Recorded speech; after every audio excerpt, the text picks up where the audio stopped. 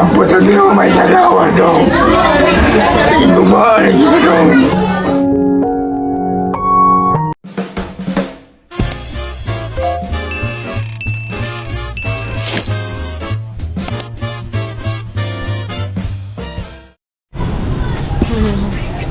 Ayan, good morning sa ating lahat. Ayan, ang oras ay 10:05 po ng umaga.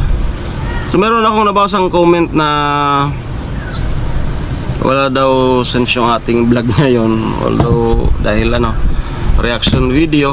So sige lang po.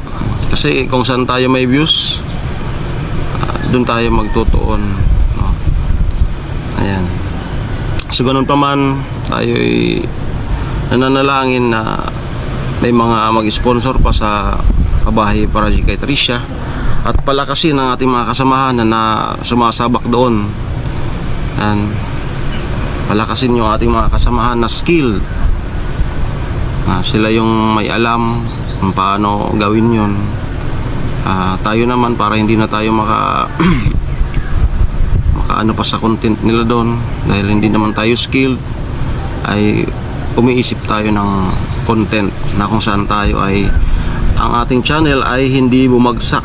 Yun ang inaagapan po natin. Okay, so kagabi po si Idol Ivana Alawi, parang narinig ko na to sa TV, sa social media, yung nag-viral na lolo na nakulong pa kahit napakatanda na, no? So napakadali lang ikulong kapag ordinaryong tao. Napakadali lang ikulong. Pero kapag may impluwensya, alam nyo na yon. Ayan, eto, kinulong pa. So ngayon, buti na lang may isang Ivana Alawi na talagang napakabuti. Ayan.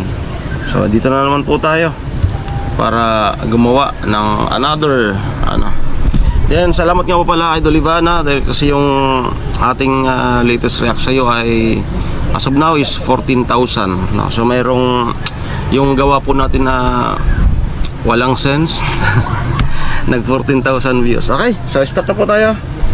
Ayan. So kagabi nga po andun tayo sa may viewers na dumating sa kay Kuya Noli, at nakiisa tayo doon, nagsalo-salo. Ayan. So start na po tayo.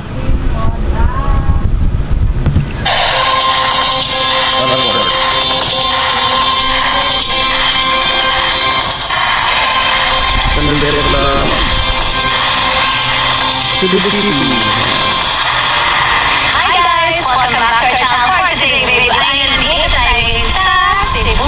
Namiss ko itong lugar na to kasi dito kami kumain.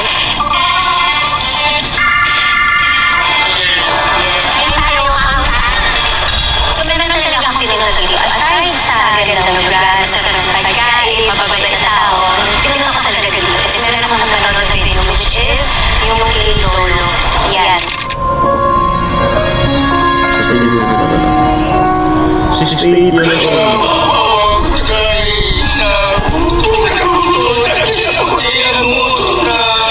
Sinilin sa akin to last week, nung napanood ko, grabe, yung puso ko parang nasa airport pa ako. Sinasabi niya sa akin, tulungan niya. Siguro sa pagpapalik lang kami ni Mama, at gusto siya tumulong talaga ako sa mga tao. So, sobrang naawa kay Lola. Kasi lahat na mag-aaresto ng tao, wala namang ginagawa, hindi naman nanakaw. Yung iba mga korap, nanakaw. Malaya, enjoy nila yung mga nanakaw nila pera. Pero yung may hirap, kinukulong. How unfair is that? Narinig ko yung story niya. Nalulong siya dahil nagpapatututo siya ng kanyang harmonica. Hindi lang sa beses. Sa beses na wala siya pinukulong. So, sobrang nanonood talaga ako. Grabe, yung sitwasyon malala. Nung tumabuhan ito sa abroad, papatututo sila sa akin. Naibigyan sila ng tiri. Bahala lang gusto mo mag-iinti para sa kanya. Yung sinasabi lang ng politiko ay corrupt. At talagang marami din tayo nililipis na talagang may malasakit sa Pilipino. Pero grabe din mga nanakaw, mga malalawa. Yung pala yung ang susunod na dahil lang minirap. Siguro kaya yun ang binigyan na ganito lahat. To help people and to take people lahat. So tinanong ko kung ano ang pangarap niya, kung ano may tutulong ko. Request niya is magandang buhay daw para sa ako niya.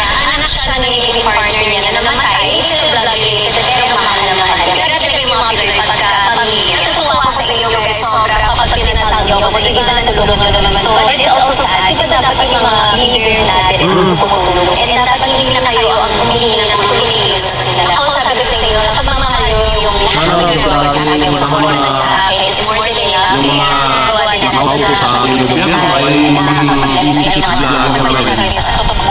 yung may ipa. Anong kailangan posisyon? Gusto ko lang magsaya at matulong. Kasi kami mga vlogger, Kaya yung mga nakaupo ay mayroon naman kaya it's not okay. Kasi yan sa subject ko. For now, kakain muna tayo kasi take on natin sila.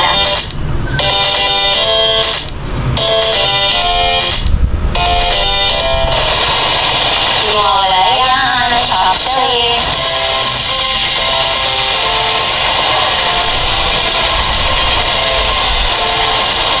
Crispy butter.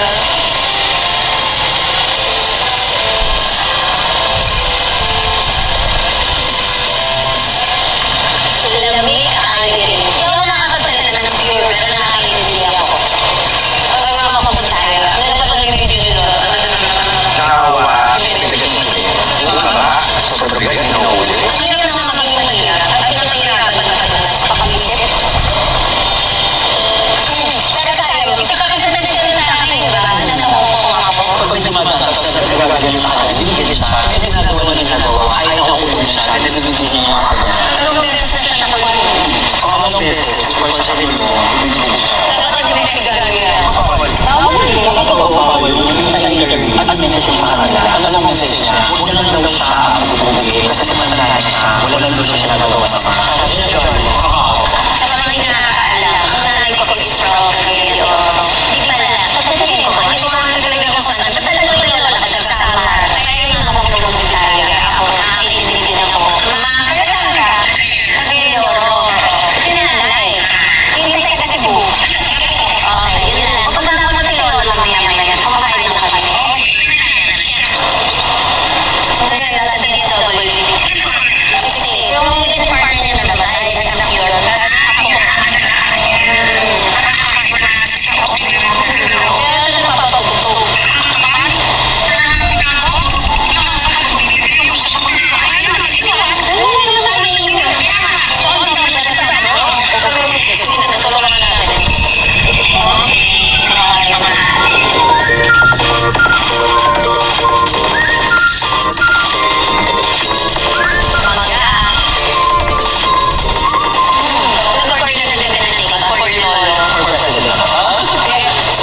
President ba?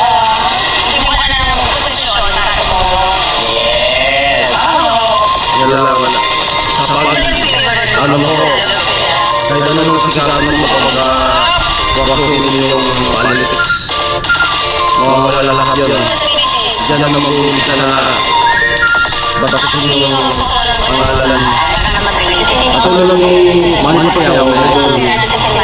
Grabe yung basta sa analytics. Talagang alam na naman siya sa magkumang sa politika. Yun na parang hindi na naalala ng mga tao yung ginawa niyang sakripisyo para sa magkakaroon ng Pilipinas. Kaya sa mga sikat yan, yan na lang ayaw sa sarili nyo. Huwag na kayong maharap sa politika. Kasi may useless yung nagawa.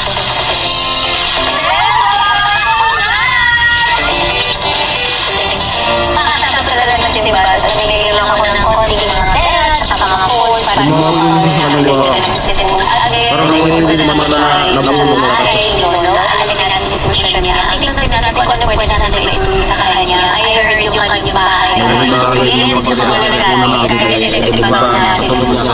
init talaga. Tingnan natin kung ano mga pwede natin gawin tulong. Gusto ko sana pag nag-aaral natin sa Twitter para tindahan. Para hindi lang siya one time tapos next month wala lang mangyayari sa kanya. Kapag may na naman sa pagkakaharmony ka, tapos makulo na naman yung mangyayari yung area. Isip tayo ng pang-hanabuhay niya. Okay, kasama natin si Kuya Rinaldo. Siya asawa niya pinsan ni Lolo.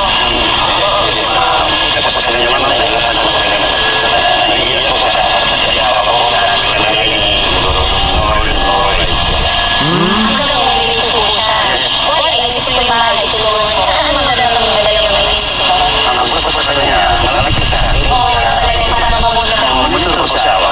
Ano sa sinunod mo na?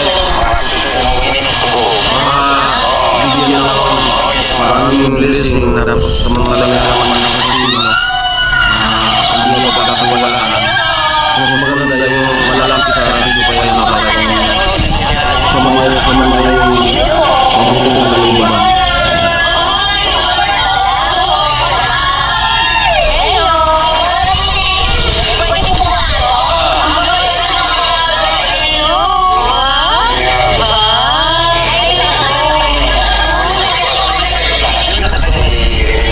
Dito sa studio na tulog, walang ilaw. Ito ang magandang kwarto. Wala elektrikan? Wala na siripan. Kainit na Nay, unsay trabaho niyo? Manila na sa school. Nagdamay ako. Para may kwarta para sa mga bata. Pili edad din sa bibigyan lang kita ng blessing para may panggastos ka. 10,000 dito para sa pag-aalaga sa mga bata. Yes, kinsa na? Lolo! Galing-galing na. Ang pangalan ni Ariana, Yana Kasir. Mami sinabi ka. Para kita nangalan, Yana. Yana Kasir. Opo. Kailangan ninyo edad. 4 yung baby. Hindi tayo? Nay, nakauwi pagkaon. Pagkaon!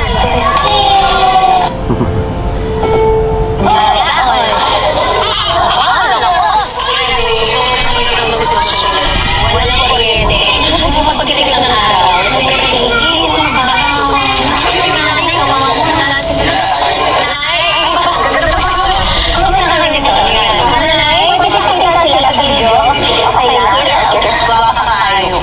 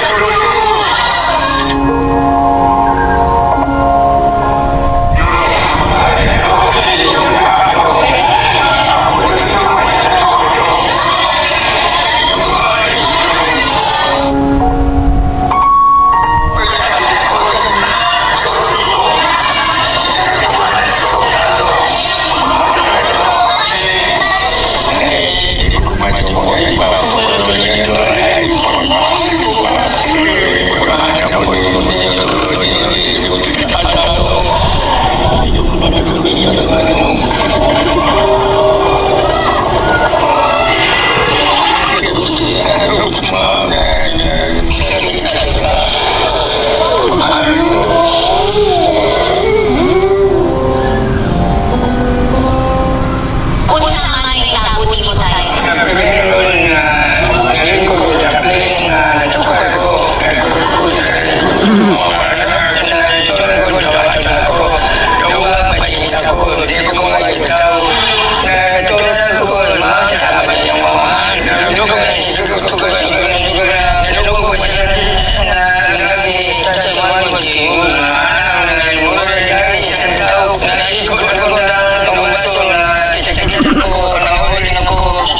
na preso.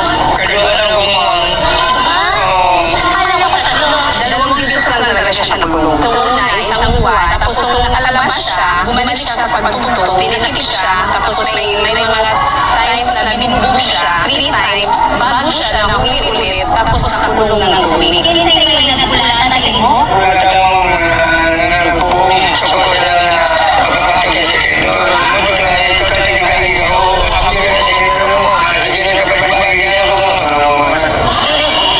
Sumbang? Tapos yung mga nangbubog na lang, hindi naman ako.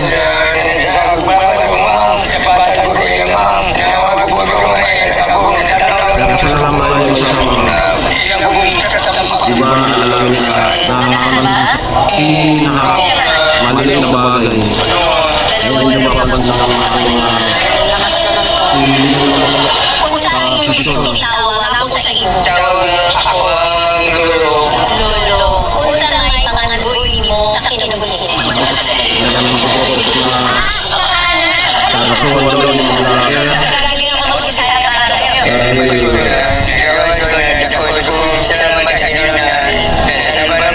gagamit. Ang klase. Hindi na naman na mamahan natin na matulong tao sa matulungan nila. Hindi na matulungan nila. Dito mo sa mata. Pero gusto ko sana isa siya ng hindi matitigan na talaga siya. Hindi ko electric pan kasi may mga bata. Ayaw na kabali dito. Yung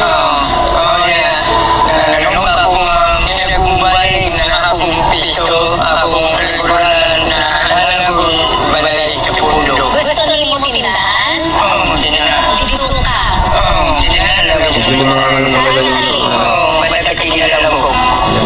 Pwede na natin sa amin mga bata. Gusto silang gusto ko i-libre mga kapatanan.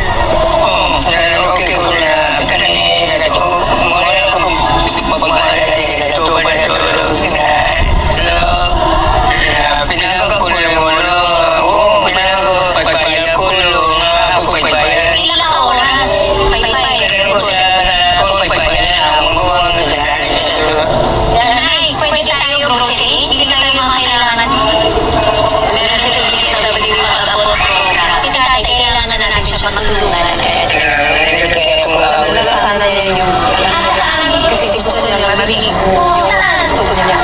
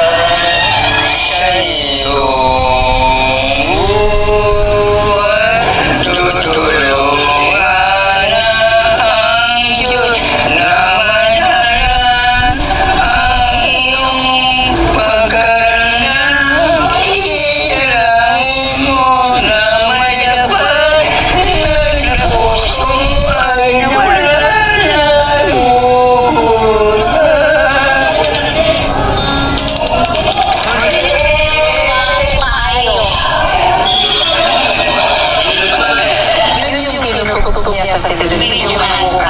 Pababatunin mo yun?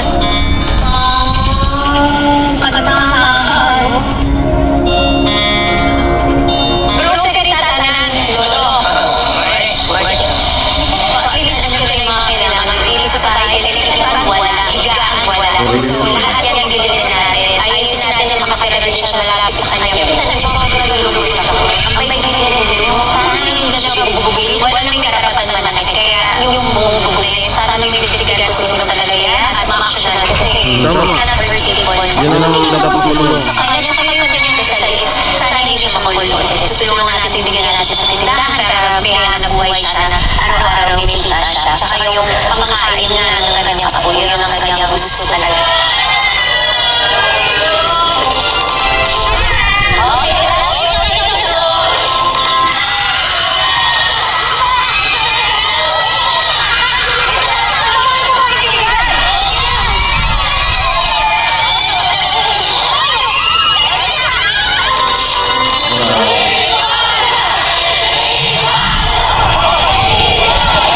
President.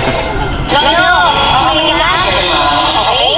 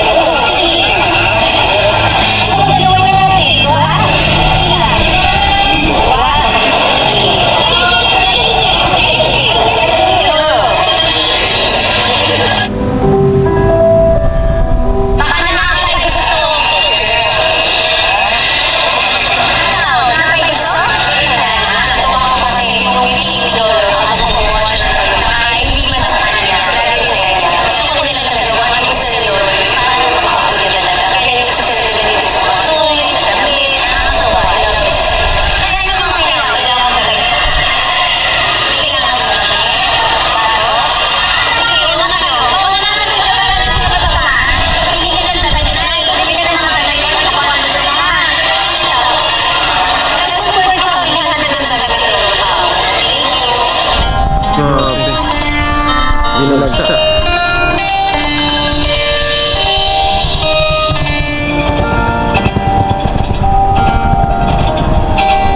Sana naman sa mga kababayan natin na nakakita kayo ng artista sa isang establishmento,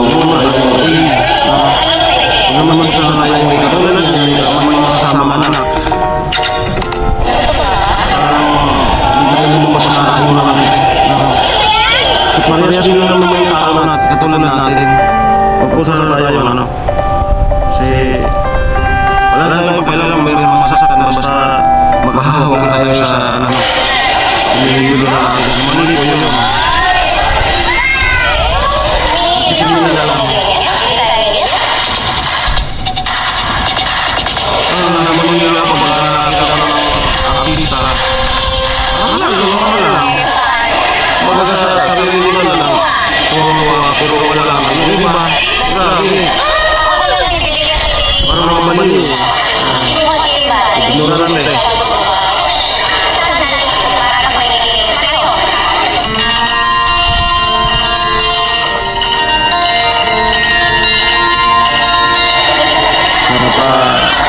Napaka-alibaran, napakasunod.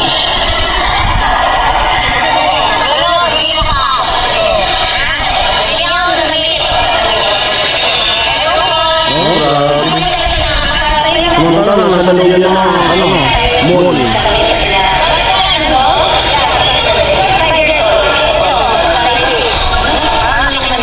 Hindi mo siya alibaran na sa Bicol sa hirap ng Jesus. Parang hindi naman siguro ganun yan.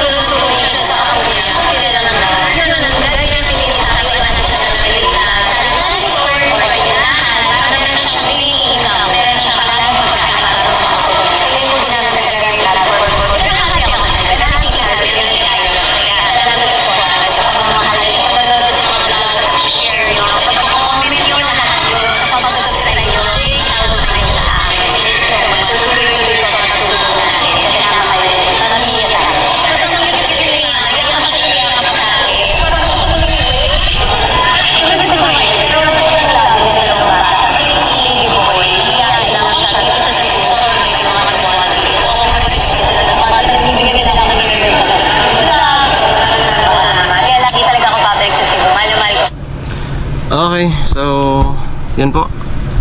At nabanggit na Idol na ano, yun daw yung kikitahin ng vlog na yun ay itutulong din ulit kay tatay. Bago tayo nag-react, meron na pong 1 million views yung kanyang na-upload. So at least man lang makaano tayo ng kaunting views, Idol. Sana maintindihan mo. Iniidolo kita, no? So imbis na nga yung mga politiko ang gumawa ng ganyan, ay tayong mga vlogger, tapos parang may ano pa na kakasuhan yung mga vlogger na ginagamit daw yung tao para kumita. Ayan, nakakalungkot. So na Idol, maintindihan mo itong mga reaction vlog na ganito, para din makatulong ka na rin po sa akin, no? So sana ay hindi mo naman po anuhin ang aking channel. Kumbaga yun na rin naman po yung ano, yung matutulong mo sa akin. Ayan, salamat po Idol. Patuloy lang yung pag-abot ng ano, ng suporta, tulong sa mga deserve matulungan at sa mga inaapi.